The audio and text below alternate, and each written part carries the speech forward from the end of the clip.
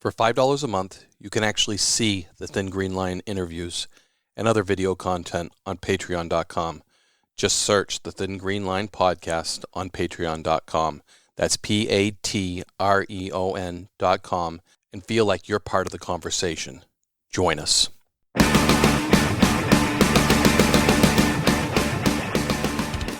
Welcome everybody to the Thin Green Line. Wayne and I are very pleased to introduce our friend Ed Calderon on this episode. Ed started his career in Mexico and spent over a decade on counter-narcotics operations against the drug cartels before migrating to the north to educate and help protect our public on both sides of the border. Ed teaches survival preparedness, officer safety, personal safety from abduction, and is also an expert on cartel trends throughout the world. You've seen him on Joe Rogan, and now you're going to see him on the Thin Green Line. And check out this episode and hit us up with questions and comments after you've had a listen. First of all, I want to say thanks for reaching out. Thanks for supporting Hidmore, because I had heard about you right before I went on Rogan, actually. When Hidmore dropped, I was in Missoula, Montana, doing a book signing, and a radio announcer that was a Special Forces retired guy said, "Oh my gosh, man, have you heard of Ed Calderon? Have you seen him on Joe Rogan and the stuff he's talking about and the videos they're showing?" And I hadn't really heard of him yet. And went, man, somehow, some way we got to connect. And it was like a day or so later, you reached out. And then I went on Rogan after you had gone on about 3 months, and that kind of fueled the fire. And because that reach really helped both of us, it was really cool. But for our listeners and our viewers that don't know you, and they should, you had over 10 years of counter-narcotics work in Mexico, executive protection details from the special operations side, but became an expert in cartel organized crime trends, some of the stuff that are near and dear to both of us as they affect both sides, doing consulting, personal protection, evasion and escape, and all kinds of cool classes. I'm sure I didn't get everything in there, but if you get, for the sake of our listeners, and anything I've left out, please do. I've been basically did a lot of work in Mexico dealing with counter narcotics. I was not a special operations guy, but I did work with a lot of the Mexican special operation forces. Basically, I had arresting powers and they didn't back then, so that was like my whole presence working with some of those guys. The amount of time I spent down there working both in the field and also as an instructor, and in the end, I was trying to figure out a way of having better trained, better equipped, and just more knowledgeable agents around me. Right. One thing you learn quickly down there is that nobody does it for you. All the things you wish somebody would do for you, they're not going to do it for you. Before I left, I was a regional sub-commander. Basically, I had about 90 people underneath my command, and I just, once I got that responsibility, I figured to try and leave a better group of people than what I found, and that's what I did. Before I left, I had a lot of psychology majors, a few lawyers, sadly, and just better prepared people. And I kind of brought that into the civilian side of things when people started asking me questions about the type of training that would give them. They were kind of curious about it. I did executive protection work for a governor in Baja. I was head of his security, and I trained up their family members, just awareness, what to carry, how things work, on the surveillance and counter surveillance side, and all that type of stuff. And they kind of told their friends, they told their family, and it went on from there. Eventually, I was kind of the guy that people went to for that type of training. And then eventually I just went into the U.S. and started doing the same thing over there. And I didn't realize how much value the specific detailed experience I had down south was going to have in the U.S. Like how some of the stuff that I thought was common knowledge was really kind of new or out of the ordinary for somebody to talk about it up there. So that's kind of very how much so. Yeah, you were living it, man. And when you made the jump out of operations to consulting and training like you're doing now, did anything catalyze that down south, or was it just the time to go? Because you and I, when we first met, we had talked a little bit about that, and it's a fascinating story. It's Mexico goes through cycles. Every 6 years, there's a new president that comes in, changes everything. Usually, every single security or policy that deals with managing the police forces down south usually changes every 6 years. So I was part of an effort to modernize and certify police forces in Mexico. Like, I actually had American certification through a association called CALIA, which is unheard of for police forces in Mexico to have such a certification. But we were one of the first ones to get it, and I think this day one of the only ones to get it. Nice. All that went away. We used to do polygraph testing every year or every half of a year. Backgrounds were checked, surprise house visits, all that good stuff, to keep us on the level. They want to have trustworthy people working. And so as long as everybody went through it, everybody was fine with it. And people sued the government because of it. And when the government changed, all those people that were let go or fired because of cartel ties, corruption, that type of stuff, all of them came back, right? So all of a sudden I was in a room with new leadership that were all on the take, and they wanted me to work for one side. And, I smiled.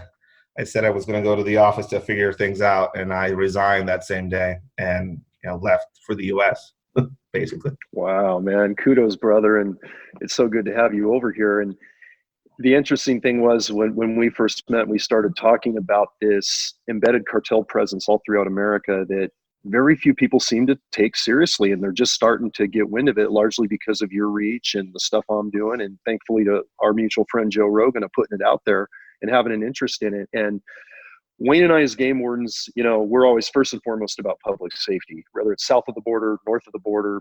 From a humanity standpoint, forget the boundaries of the border. But then our other passion, as you know, is that thin green line of conservation and wildlife and waterways and wild lands. And when I started to dive in on the special operations front as a game warden to fight these cartels coming up from south of the border, embedded all over the U.S., and doing some heinous environmental damage that people just didn't make that connection, it was a real eye-opener to people, and it still is. You mentioned, though, when we met, you were seeing that same type of stuff back in your home country, where carbofuran, banned poisons, being on tainted weed, waterways destroyed, and it was just like common practice down there. And those environmental effects, besides the public safety threat, are very, they're decimating. So if you could tell us a little bit about that, and then we're certainly going to want to dive into what you and I have been putting up on our posts and what Wayne and I have been discussing on other podcasts, the effects of COVID with the cartels, what they're able to do now, and how crazy that is, and we can share. So So one of the interesting things is I started learning about your work and kind of taking a deep dive on your end, and I remember seeing some pictures of some grows in the U.S., right? And yeah. I showed some of those pictures to some friends of mine, and they're like, "Wow, where's that? Is that in Sierra Madre? Is that Michoacan? Is that Michoacan?" We're like, where is this? And I go, this is California. Like, really? Yeah, some of this stuff is in California. And details about how they were using, basically how they run their irrigation, the chemicals that they use to keep their things green and not covered in the pesticides they use, basically. How they set up some of their overnight campsites, what to eat there, some of the cannery they leave behind, some of those dietary things are kind of indicative of where they're from, all that type of stuff. Like, I kind of started seeing and kind of looking at some of the stuff that was being left behind. And then on my end, I usually look at what happens around the area, right, as far as violence, as far as the presence of an organized criminal element in the area, any larger major busts around the area as far as moving things around.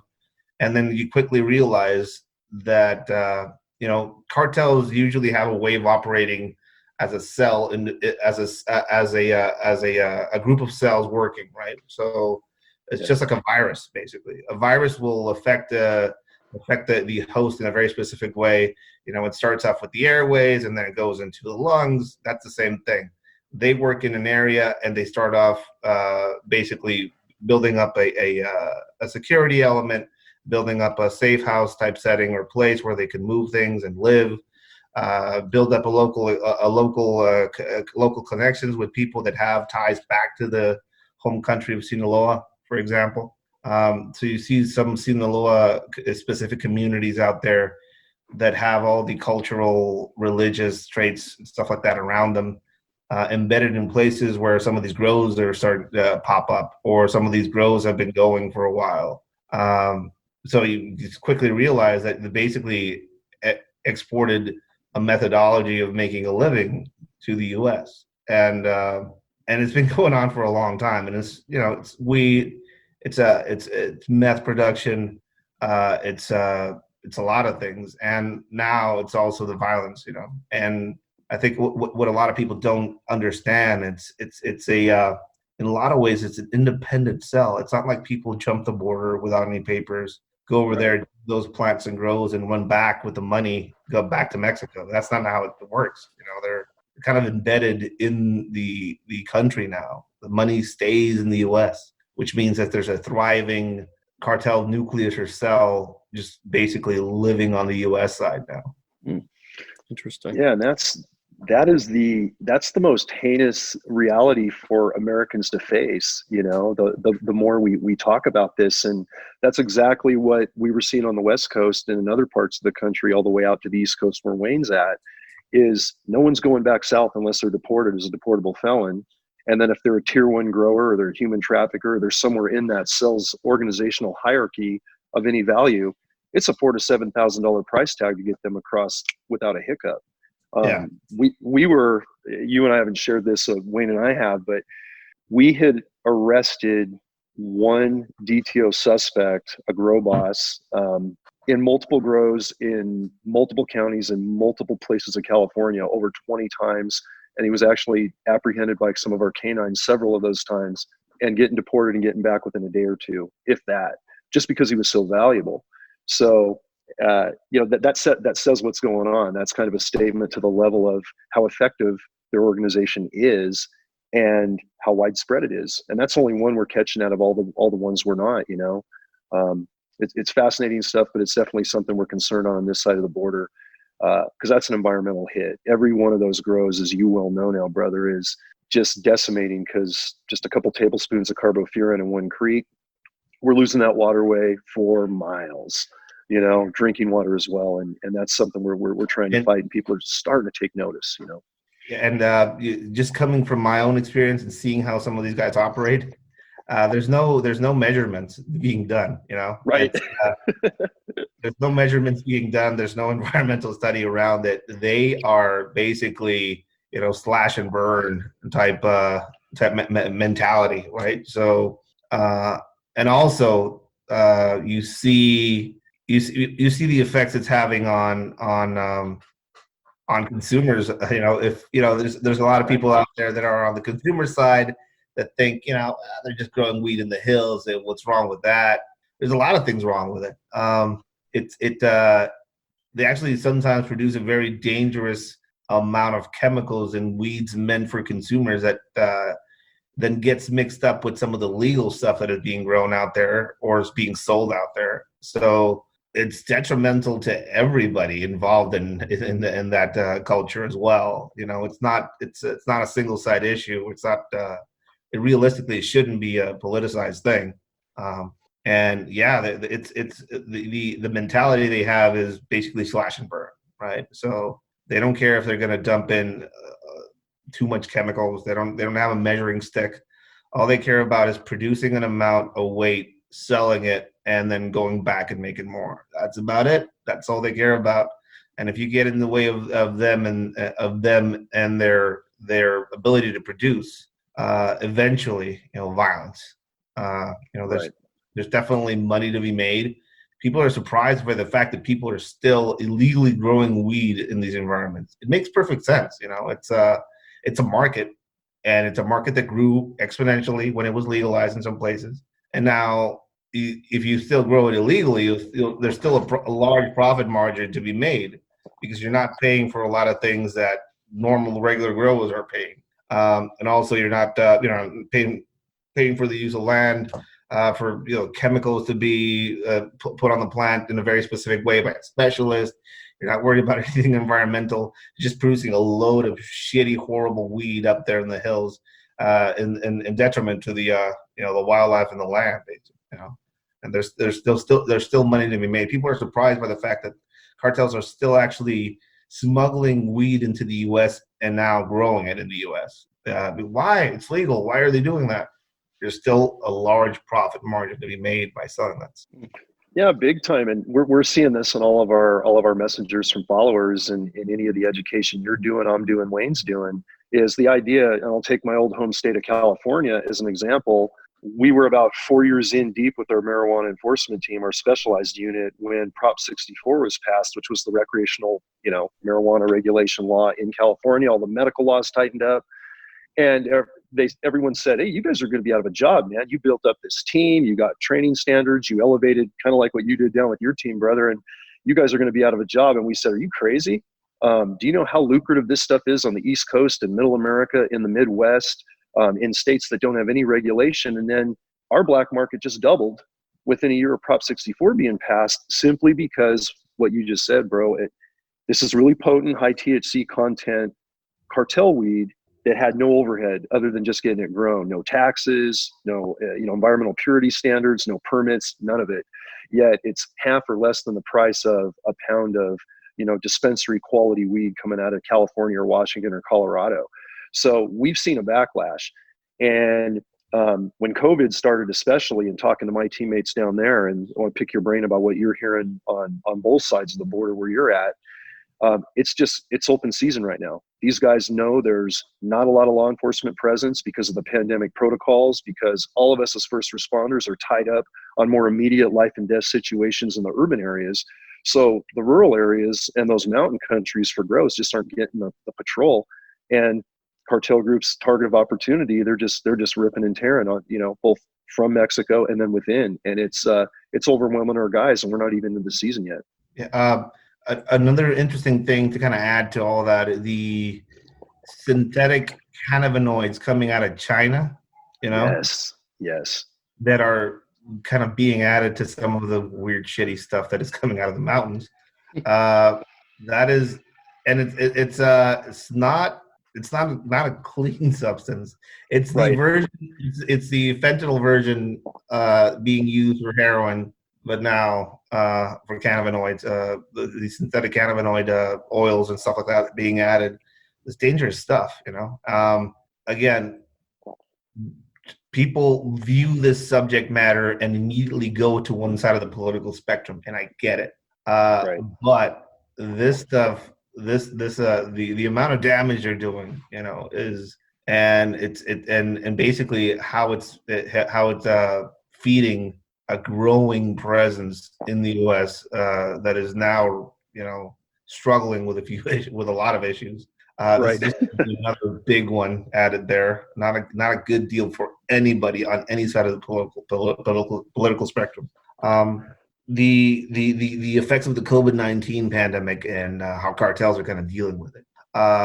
It's definitely something that's hitting them hard on a few fronts. Number one, and it's interesting how there's videos out there of some of the Sinaloa cartel actually enforcing curfews. It's madness. I saw you. They're running around, running around with a big board that says COVID-19 on it. So if you're caught outside during curfew, they'll hit you with that stick. Basically, they realize that first off, if people are kind of worried about, is the virus real? It's very real, Is it as bad as they make it out to be? I'm not a virologist. I don't know. I just see.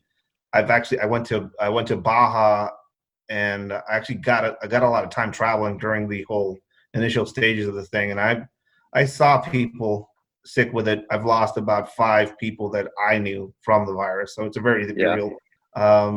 And hospitals in Baja are overloaded right now. It's a very real thing. Cartels, how is it affecting them? Number one, it's affecting their ability to procure precursors for meth and the special ingredient they're adding into their heroin loads, which was one of their bigger money makers in recent years, fentanyl. And all that stuff and some of the chemicals they use for some of their production, all of it comes from China. China's going through a second shutdown in some places where they traditionally source some of these materials, right? So that's affecting their ability to produce product that then gets sent to the U.S., which has made them desperate in a lot of ways. They've been raiding and taxing any single chemical that they need to produce things like meth, and they've been scouring the land for fentanyl. There was a recent bust at the border where they were actually trying to smuggle fentanyl from the U.S. into Mexico. Wow.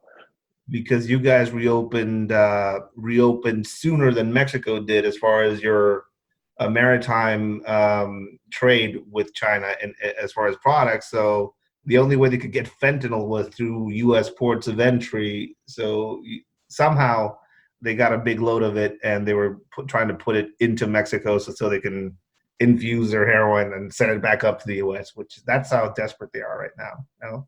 Wow. Another weird kind of element that people kind of are not seeing is cartels are diversified. It's very diverse. Most cartels are very diversified. A lot of their money actually comes from illicit or pirated merchandise, Chinese bags, Chinese products being sold in some small open air markets all over Mexico. Cartels actually tax these places for protection. So they're not making money. So the cartels are not making money. Yeah. And it's a trickle down effect. So what is this producing? It's producing desperation, obviously. There's a lot of mouths to feed in some of these organizations, and there's no money coming in. So there's 2 ways that some of these groups are kind of dealing with it. 1, they're telling their guys to go home and wait. 2, they're taking advantage of this and actually investing in things like buying food for communities that are hard hit with the virus or with the shutdown, and feeding some of the communities around them to basically win hearts and minds, right. Solidify their position. And some of these some high production videos have come out from cartels, distributing food to some of the communities that they work in, and the federal government is nowhere to be seen. Openly, middle of the day, Amazing. running around with AKs and delivering food to families that had sons killed by the same cartels. Which is wow, kind of bizarre. But it's produced. I think this is what's going to happen, or it's what's happening. It's crippling one cartel that is very dependent on a very specific type of trafficking, which is the Sinaloa cartel, which is already fragmented in a lot of ways. It's already experiencing a lot of internal strife, and it has a leadership base that is kind of spread out between a few people. On the other hand, their biggest rival, the New Generation Cartel, is a single, cohesive criminal enterprise with a single head that is growing exponentially. Ultra violent, ultra organized. It has, training camps out there. I know a lot of people were talking about ISIS training camps in Mexico and stuff like that. This is actually the real deal, and rarely see it covered in U.S. media. They actually have legit training camps for these people out there. And recently, counter narcotics operations in the U.S. side caught the daughter of the head of these, the New Generation Cartel, Nemesio, which led to an operation across the country that I'm not gonna say that it was futile as far as what they did. But I saw a lot of the people that they picked up, and a lot of the individuals that were named On my side, talking to my sources, it was basically low-level distribution and movement of product, what you saw being kind of disrupted. But it was over 90 people or something like that. That shows you if they are low-level distribution, that means that there are at least, for 90 people, it's going to be, for 90 people that they saw, for each 10, you're going to see for each 10 or 20, you're going to see a single type of leadership nucleus out there. So there's a lot of, there's a saying in Mexico, there's hay muchos penachos para, debe haber muchos penachos para tan pocos indios. There has to be a lot of chiefs for so many Indians, basically. Right. So it means that what I take from it is it uncovers a growing organization in the U.S. with the newest, most brutal cartel in Mexico. So now you have Sinaloa cartel and the New Generation cartel. So you have two large cartels growing in the U.S. unchecked in a lot of ways, dealing with anything and everything that they can to make money. Basically, it's an interesting time to see some of the desperate movements some of these guys are making because of the pandemic, and it basically exposes a lot of the stuff they're doing. And people need to kind of look really deeply into all the stuff that's happening now. But I think with less people moving around, with less attention being put on anything that isn't COVID related, there's a lot of moves being made out there right now. Yeah, and that makes perfect sense. I mean, if you're looking at New Generation, you're looking at Sinaloa that now they're gonna fight for territory and presence and dominance, in America, taking it north. Now's the time to make a move, right? It just makes sense that all of our attention is focused elsewhere because they were doing pretty well before COVID too, and now it's just a thriving entity of taking that advantage. And I remember we were filming the first episode of the Thin Green Line pilot for Recoil TV in the middle of February, right before COVID dropped. And we were on an amazing 55,000 acre ranch in Southwest Texas, just across the border from Candelaria, when you're coming across for that little stretch of Rio Grande. So really widespread part of open border. And that's a big part of the story outside of conservation hunting for Aoudad sheep. But while we were on that ranch, man, we were in one of the most beautiful spots of Texas I've ever seen from an environmental resource standpoint. And that's the game warden and me and Wayne coming out. But then at the same time, one hunting group across the ranch one day is getting into 10 traffickers with 100-pound bags of tainted weed coming up, right, to go through the distribution pipeline, embedded and headed north and headed east from Southwest Texas. And then we trip, we're on the other side of the ranch, guys with rifles and big backpacks, and we trip a border patrol sensor at Navy, thinking we're traffickers. But that meeting was really revealing to exactly what you're saying. The reason I'm bringing it up is when I talked to that pilot and we sidebarred and knew who each other were, he said, John, no one has any idea the depth of trafficking we have out of this one little sector, one little part of Texas, one little part of New Mexico.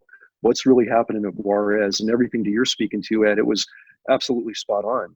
Just the hundreds and thousands of pounds of tainted weed and the methamphetamine and the people they were getting across and getting about 1 out of 10 groups.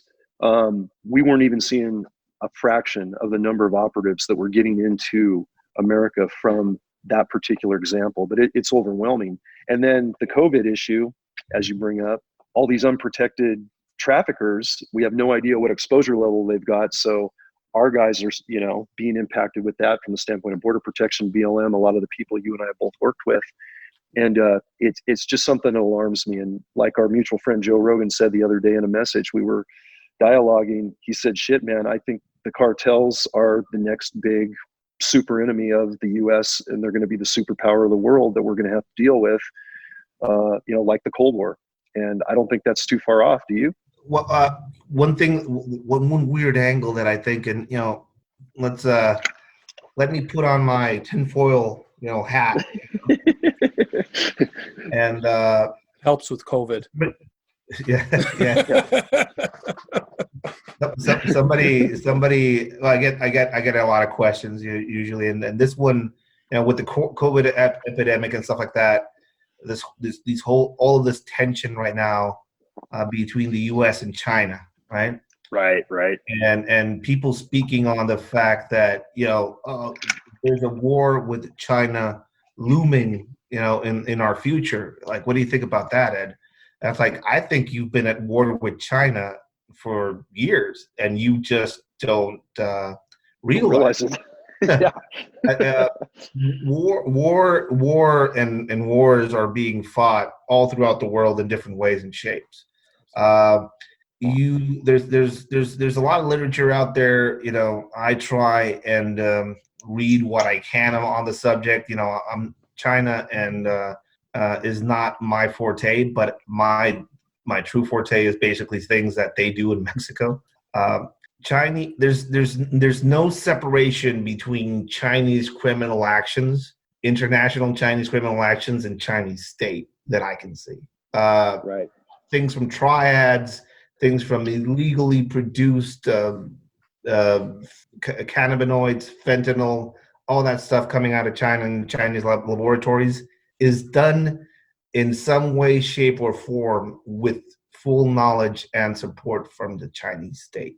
So you would think that all of these chemicals coming out of China, which is, you don't want to talk about Big Brother, they know everything about everybody. They work on a social point system, all this type of weird cameras everywhere. There's no way in hell that they don't know about all these chemicals going towards the neighbor of their largest global rival, right? Right. So if they have full knowledge of this happening and they're letting it happen, they're working on a weird, long-term conflict with the U.S. I think, talking about guerrilla warfare, like a new neo-guerrilla warfare, or pumping chemicals and pumping, conflict, pumping money, pumping all these things into a country that neighbors your rival to create instability, to put chemicals, to create a basic. So most of the fentanyl comes from China, and it's not very new, but it was a pretty recent thing, this whole epidemic you had with fentanyl. And all of it comes from China. I know everybody wants to go the cartels. It's the cartels. It's Mexico. It's the cartel. It is the cartels, but it's also China. It's also It's also Chinese state actors working to put drugs, to put the precursors in Mexico knowingly or letting it happen. Basically, that's another element to this that is pretty interesting. So I think what you're seeing on the border and what you're seeing in Mexico is part of something global. Definitely part of something global. If you kind of start piecing it together, you're seeing more Norinco branded rifles out there. You're seeing illegal mining operations happening along the Pacific side of the ocean. So you're seeing a lot of weird things. A lot of Chinese state actors kind of operating through different people in Mexico, creating this perfect storm. And now we have 75% of the mineable lithium ore on the planet in the middle of Sonora, right next to your, which was already sold off as far as mining rights to a Canadian company that was bought by a Chinese company. And this about an hour away from where the Mormon massacre happened. So you kind of add all these things together and you start scratching our head. And I worry about it. I worry about it both as somebody that's from Mexico and somebody that is making and working towards the American dream on the U.S. side with family on the U.S. side now. It's interesting how it doesn't really get talked about, doesn't really get exposed as far as some of these connections, what's happening out there, kind of on a global destabilization scale in Mexico with obvious and clear ties to China. I think that lithium ties it right together. And when they're making the car batteries, everything's electric, and making that whole switch. I mean, to have that deposit there is certainly an indicator that that's going to be the next illegal interaction, I think. So, but that's very interesting that the lithium came up. I didn't know that, and I know that all our batteries right now, the ones that we use, are from. I think we're back. Yeah, guys. Yeah, John, you're kind of back. Oh, give me a second. Here we go. You're back. No worries. Okay, am I back? Yeah, and me and Ed were just talking about those lithium deposits because lithium is such a huge thing for batteries right now, and China is got the biggest market in that. Although I'm sure there's a company in Mexico that makes lithium batteries too, and where we're moving towards electric cars, and that seems to be the big pot of gold right now. And to have that sitting in cartel country, I think we're going to see some pretty interesting stuff come out of that. As I'm sure you think so too. Mm-hmm. Yeah, I mean, it's the next oil boom, and it's right across the border, and it's an interesting point. You talk about production of batteries in Mexico. I'm in a weird place as far as my identity. I'm from Mexico. Yeah. I moved to the U.S. I migrated legally to the U.S. I get called a lot of horrible names from people when I talk about some of these issues. But when I do, I talk about them, firsthand, basically.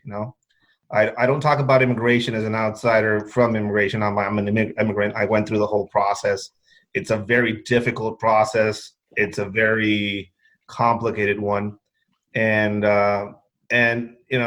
when I see talk about the wall, I see talk about close the border. I see all these things, and it's pretty interesting. Usually, people that say close the borders probably never lived in a border town. Right. You go to San Diego right now and see how it's hitting some of the commerce and some of the businesses on San Diego side, and then cross the border and go to Tijuana and see how it's affecting some of the business on that side. There's a symbiotic relationship going on there. No doubt. Mexico is the second largest consumer of American products next to Canada. Mm-hmm. So our economies are tied. And the wall, we get a lot of talk about the wall. It does work in stemming illegal immigration, which in and of itself, and this speaking from somebody that put a lot of people smugglers away and found a lot of the things that they actually do to people when they try and move them up towards the border. There's a lot of rapes that happen there. It's a lot of murders. A lot of people get robbed. A lot of people get used. Slavery is alive and well in the United States, and it's linked directly to smuggling people across the border, from sexual slavery to other types of slavery. So there's a lot of reasons why that border wall will work to fight against some of that type of stuff. Also, just people risking their lives crossing a vast stretch of desert. Who knows how many bodies are out there of people just succumbing to the elements. That's one side of the issue. The other side of the issue is security. Is it stemming the flow of drugs into the U.S.? Well, traditionally, where the border wall is mostly built up, is where a lot of the drugs actually go through. Ports of the Tijuana border area, a lot of drugs get through there, usually through tunnels or other means. So there's definitely an argument to be said that border walls work for some things, but not so well for others. Mm-hmm. I think having trained and worked with Customs and Border Protection agents, seeing some of their needs from both sides of the fence, they need more resources as far as manpower and technology. I think is where they're kind of lacking. They're the perfect villain for the type of people that hate me. Border Patrol agents, Ed, you're like, how can you work with them? You're an immigrant yourself. You're from Mexico. How can you speak to I've seen Border Patrol agents out of their pocket go and buy toothbrushes for kids. Yep. Oh, they put them in cages and shit like that. So first off, this family separation that's been going on for a long time, right? Coming into the country illegally, I didn't come into the country illegally. You get arrested for anything, you get separated from your kid. That's just what happens, The kid is actually safer, healthier than he would be out there in the hills on the Mexican side, waiting to get across, right? Okay. But it's one of those things. People should kind of before they kind of give an opinion on that type of stuff. I wish I could take them on a safari tour to some of the immigrant camps down south, and ask them where would you want a kid to overnight? It's a pretty horrible situation all around in that area and in the border area. You'd be surprised as far as what type of shenanigans happen on both sides of the border if you've never been there. It's not uncommon to see full armed incursions of armed men from cartels into the U.S.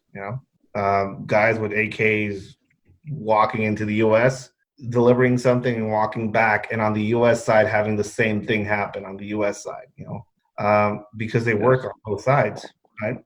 Mm-hmm. Also, a lot of people are expecting these guys with cowboy hats, pointy boots, Mexican dudes.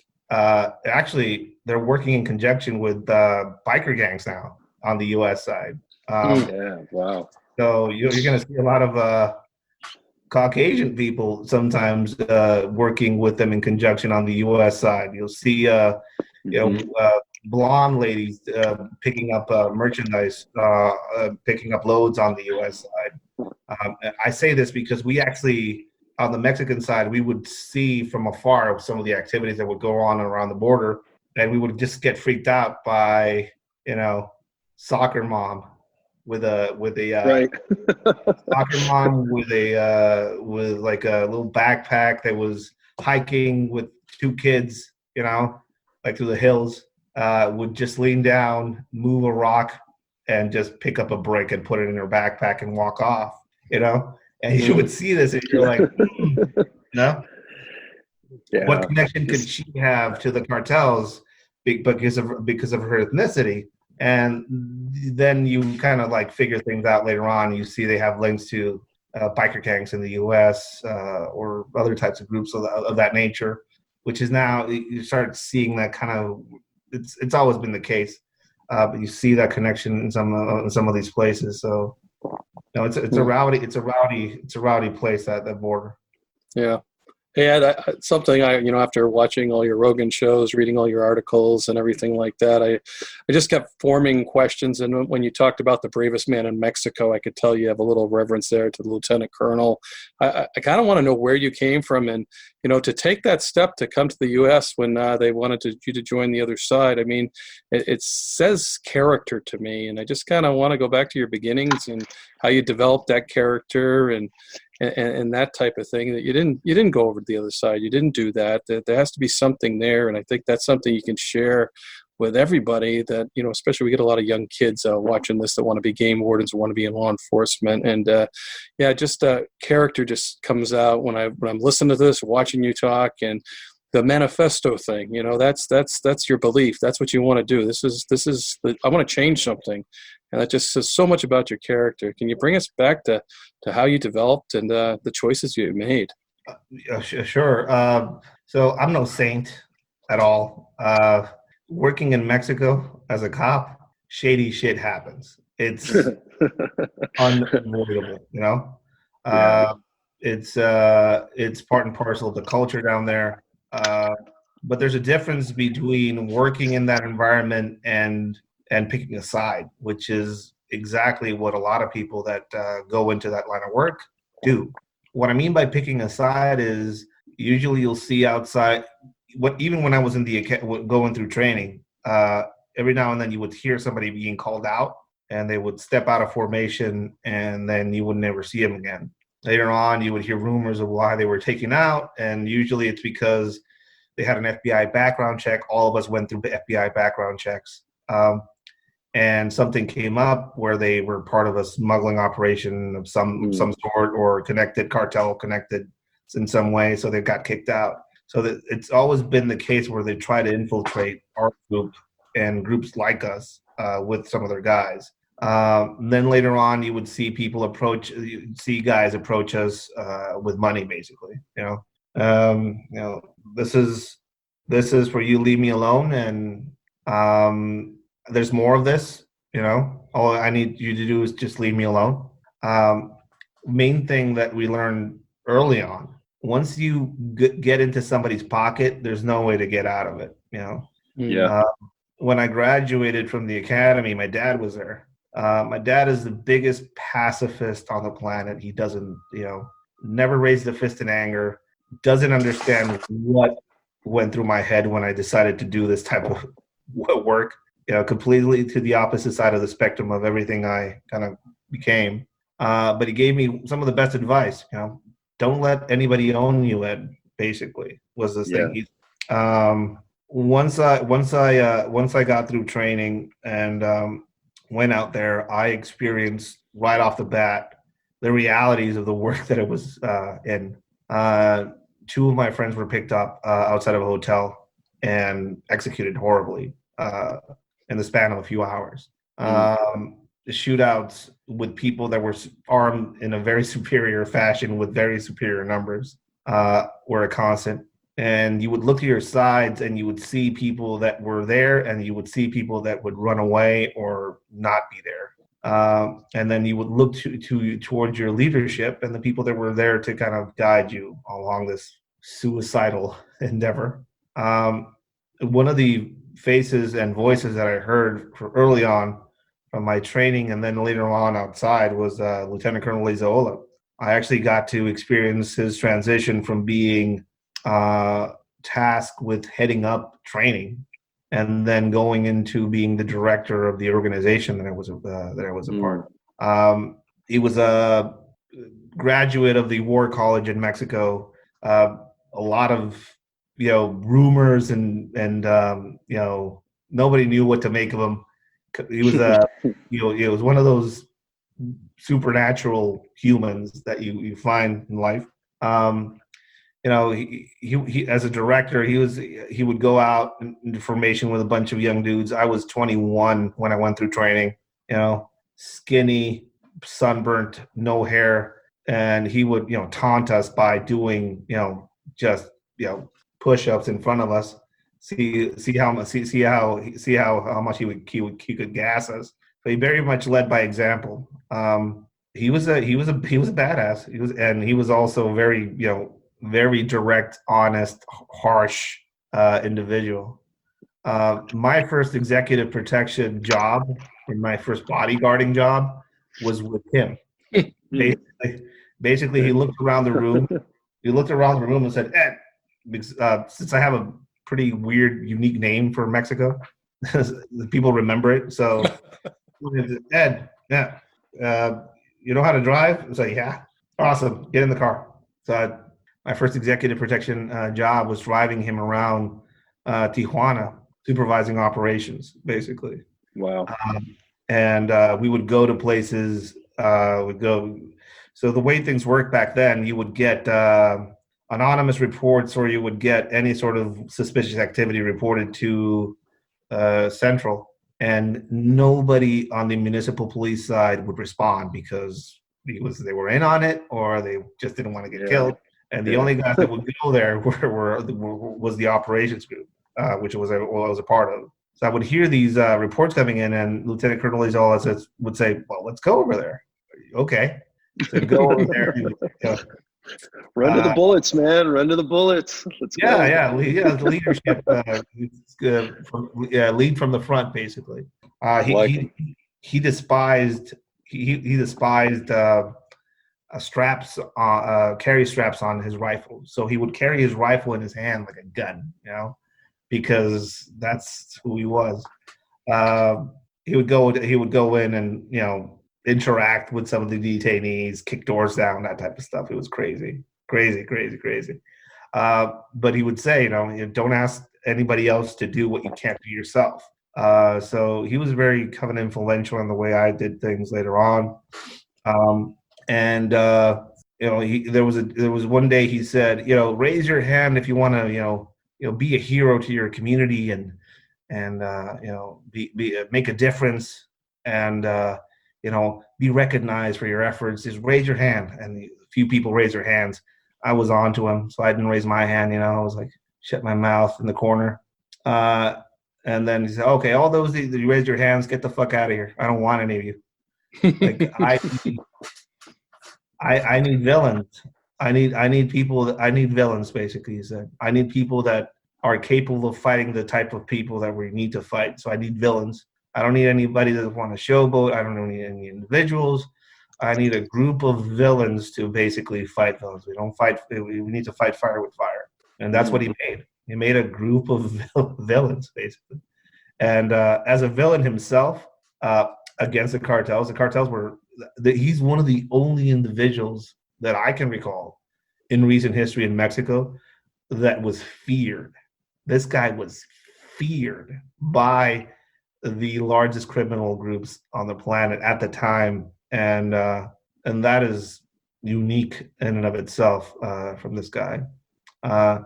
He kept a pretty he ran a pretty tight ship. Everybody was suspect to him, so. But he was very influential in my kind of way of thinking and my upbringing in that line of work. I think if he wasn't there, I don't know where I would be. Probably a lot of us, kind of call back to that time when he was in charge, and kind of remember it fondly for how much we were feared because of him. Right?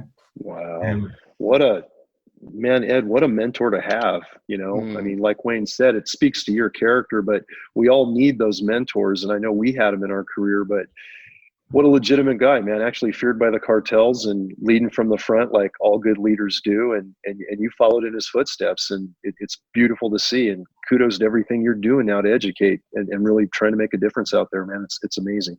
And he's currently running for the mayor of Tijuana, or is that over and done? Or he's on his third attempt. Yeah. He was they tried to kill him many times. Many times.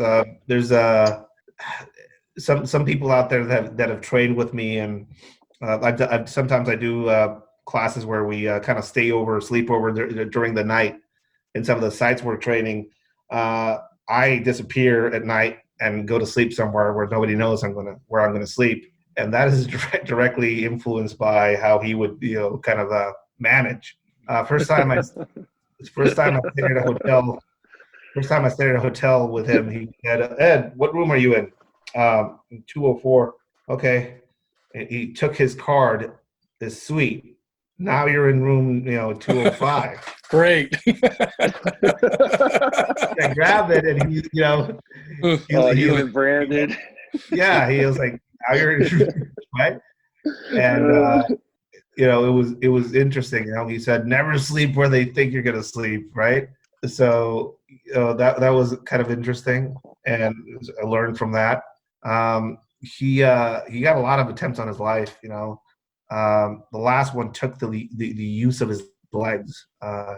He was coming off being head of police in Juarez, and he was shot in the back by a former Juarez police officer that was sent there. It took the use of his legs, but man, the only thing they did was when that happened, everybody was like, first off, you worry about the guy, of course. But then he was, posting pictures of him, standing up with his arms, like I can still do things, And he said, well, I'm gonna have to fight him some other way. So he went into politics. So I've been helping out with his campaign for the past 2 campaigns he's had. After I went on Rogan, he gave me a shout out through his social media, which is the only time in my life that he has ever acknowledged my existence outside of changing hotel rooms with me. So I guess you made the ultimate cut then, bud. Yeah. Gave me a compliment. A few friends from back in the day like reached out to me like, what the, what? Like, And I was thinking drivers had a special relationship with the guys they drove, and right. I'm thinking you guys became friends, and I guess that didn't happen. No. A weird thing that I had that not a lot of people had, language skills were part of the work that I did. So I got a lot of people think that I've been speaking English my whole life. That is not true at all. I understood it. I could speak it brokenly, but actually I went through language training for some of the work that I did, and started eliminating some of the accent. Went to the U.S., trained in the U.S. As well. Went through some training on the U.S. side. So I was the guy, the guy that could speak English. I was also the guy that was tech savvy, and I was also the guy that knew how to buy gear on the U.S. side. So every now and then I would show up with a new piece of gear. You would look over at me, like, oh, that's a nice vest. Yeah. How much was it? Oh, this much. Okay. So you can buy another one, right? It's like, yeah. Start shopping. Oh, you immediately realize you had to buy two of everything. That's about the only interactions we had usually when it came to equipment. I tried to sell him on a 2-point sling, and he refused. He refused. Right? Maybe he knows something I don't know. I don't know. No, I think that was a great relationship forged, and I think you got a lot out of it.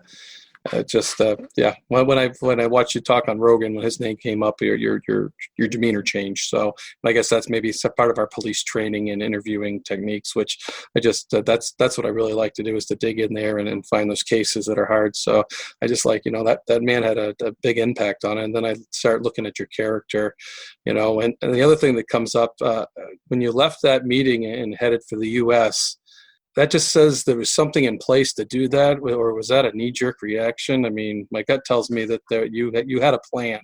You had a bug-out plan. I did. You always do. That's always should. Again, some of the right, John? some of the some of the training, some of the training, and some of the just the basic culture. Because it was a culture. That job and the people that was in there was a culture. We had everything set to run, basically, right? So things like keeping cash on hand, having a bug out bag or just a bag to run already made. All of us used to carry around, change of clothes in the car. We kept our passports and any sort of travel documentation up to date. Like I had Sentry Pass. I had my passport. I had my visa. I married an American, but my aspirations to become an American were not even close to where I was. I was working. I was needed where I was. It was a career for me. I was there, I was in it. Luckily, during that time working down there, I made a lot of connections with a lot of people on the U.S. side. I was part of a very great group of people that went to Coronado a few times and actually trained out there at the naval base with some very special people. This coming off the whole Zeta debacle, so it was a pretty big deal that they actually let us in there and actually let us into some of the skill sets that they showed us. That's huge. Some of the friendships that I had and forged when I was there, are still kind of here. So when the whole change happened, a lot of the people that I worked on the U.S. side with were kind of keeping tabs on me, and they realized that the change was coming. So a lot of the liaison work I used to do and stuff like that, I told them, like, if you receive a call from that work number that I gave you, just realize it's not me anymore. It's these people, and I have nothing to do with them. And, just on the record, I don't trust these people. Yeah. Yeah. So they said, well, a few of them actually offered their homes, which again goes back to the whole Americans have a very, very specific altruistic and honor based kind of upbringing, specifically in the military branches, that I have yet to encounter out there in any other culture. And a lot of them actually offered to open up their houses and their homes to me and my family when I made that jump. And well, that's what I kind of in the span of a few probably like 24 hours, my whole life was in my truck and I was across the border. Wow. And starting my process, starting my immigration process within 48 hours, basically. I made the mistake of, well, not the mistake, it was just in the environment. When I was doing my immigration process, it was right around the time that Trump got elected. So the wait time was exponentially longer, Right, for the right. whole process. Because everybody made a rush for it. But interestingly enough, I stayed in a kind of a military community for the time that I was initially there in the U.S., and very conservative community around me. And so I got to experience that side of it, and also got to experience the more liberal side of California as well. So my new American experience, was very politicized on TV. Right. Oh, yeah. and both sides were trying to convert me to their side. You're an immigrant from Mexico, don't support Trump. And the other side is like, it's fine. You're here, you're fine. You're legal. It's great. Don't worry about it. So you got to see both sides of the argument. Eventually, it just led me to the whole. I just want to be able to go to my best friend's gay wedding and be able to carry a gun concealed. That's about it. If I can do both, fine. It's been a weird time to try and become an American, right? It's definitely been an experience. But I know what hunger is. I know what not being able to trust anybody around you at work is. I know what being hunted is like. So when I'm in the U.S. and I'm training and talking to some of my law enforcement agent colleagues on the U.S. side of things, I try to be very vocal and adamant about the fact that some of my realities back then could be some of your realities in the near future or now. Yep, absolutely. I didn't get a pension. I didn't get a send-off party. I didn't get anything, not even a pat on the back from the job I did down there. So my whole kind of mindset right now, and part of the purposes of the whole Ed's Manifesto project, is to make it worth it. A lot of my friends got killed down there. A lot of my youth was injected into fighting a war that is still going on down there. And a lot of it was, now that I'm standing over here, a lot of it seemed like a lost cause. And I just want to make that experience worthwhile for people. If that's why I'm very passionate about sharing some of this information, some of the experiences I've had, and to give a voice to the people that I work with, because the weird part of me is that I can speak English in a conversational way, and I had the experiences I had, and you'll hear a lot of voices coming out from down there that did what I did. So that's what I'm trying to do. Yeah, no, it's very unique. It's awesome. It is very unique, and it's awesome, Ed, because it's not about just Mexico. It's not about the U.S. It's not about border control or the immigration debate. It's really about humanity, man. And that's the message you're putting out there to keep people safe, and that we all admire. And to go back to what you mentioned earlier on the immigration debate, we've never had an anti-immigration message on any level of anything we've done on Thin Green Line protection, as you know, when you and I met. And we don't have an anti-cannabis message even. We have a health and human safety message and a preservation of our environmental resources message that goes everywhere.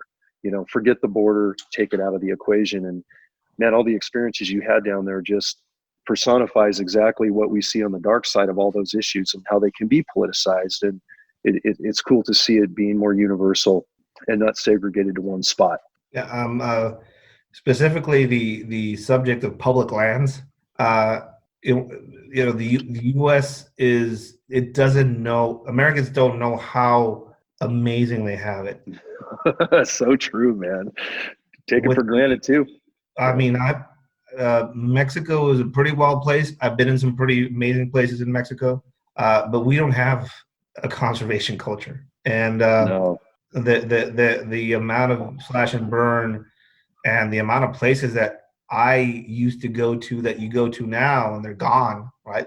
It's just disheartening. And then you go to the U.S. and I was in Yosemite a few months ago. And I was looking around and this is the simulation. This can't be this can't be real. Like how is this here? Like why aren't there a bunch of houses right in this area? And it's I view it as a gift and it's not my gift. My kid's American, and seeing things through those eyes, I'll never get to see what those eyes are going to see in the future. But I want to have at least what I saw when I was standing in Yosemite to be in her future if I can. That would be amazing. Mm-hmm. Yeah, and that's the thing is we're just trying to preserve some of that, for everybody. Forget about those border issues. And when you mentioned Mexico, and I shared this with you when we met, and you mentioned Baja, and I think of the slash and burn mentality down there that I certainly saw, but I absolutely love the country and my friends and my family, and we have a Baja race team down there, and I shared with you the orphans we support and the community, to try to change the tide, if you will. And old Baja is just gorgeous, man. There's some remote areas still in Baja that are just semi-untouched, that I've been on an ATV without any support, hundreds of miles from anybody. And I just shut the engine off and look around and go, I could be in the Anza-Borrego Desert right now in San Diego County. I could be like in the plains of Utah. It is such a gorgeous country. And it's a bummer to see some of the rip and tear you mentioned, but there's so much down there that is beautiful, the people first and foremost, and then the more remote Baja terrain that I miss every day, and we just hope to see some of that last. And if there's any hope for some calming of the calamity down there, if you will, that more people can enjoy it, the next generation coming up here as well. Yeah, there's two places in Baja that I would recommend people go see. One of them is Picacho, where the observatory is. That's probably right. There's there's wild flying California condors up there. It's awesome. Yeah, they look like planes. If you've never seen one of those in the wild flying around, that was pretty amazing. It's a pretty amazing place. It's a weird place because you wouldn't expect high Sierra pine in that part of Baja, but it's there. You can stand on a clear day. You can stand on top of the observatory and look at the Pacific Ocean on one end and look at the Gulf of Baja on the other. It's a pretty amazing place. I know that place a lot because we would, chase down drug planes in the area. Right. Of course. But it's a pretty place. And if you go further south, down to Baja Sur, there's a place called Cabo Pulmo, which is basically a tropical coral reef. Right. I mean, you just go into the ocean and stick your head underwater, and it's an insane, it's like a Disney cartoon down there. Like the amount of colored fish, whales. It's just a weird, supernatural place there. They're starting to build hotels near there, which is disheartening. But there's definitely some amazing places out there if you make your way. No doubt. So Ed, I just want to thank you a lot for coming on. Certainly sharing all that stuff, because it's very different for me being on the East Coast. Being my border's Canada. I know on one of the Rogan shows, I think you were talking about smuggling, that the coyotes were now sending them on planes, and they were walking through the Canadian border, and that's my country, and I worked very close with Border Patrol up here, so that was my connection. But to bring what you talk about into my reality, is something special, and I really appreciate you coming to the U.S., sharing your story, and taking a stand and trying to make a difference, because there's not a lot of people that do that. I really appreciate it. Thank you. Thank you guys for inviting me on. I get the whole, Ed, aren't you worried about the cartels knowing about you and then them come after you? If I was worried about that, I probably wouldn't have gone into law enforcement in Mexico for 12 years, right? Mm-hmm. Is it a worry? Yes. But I don't know. I don't owe anybody anything. I never took anything that wasn't mine. I never worked for any side. And my background has been, I've been around people. I've worked with the people that I've worked, and I'm more worried about the whole effort that I had down there not being worth anything and nothing coming out of it.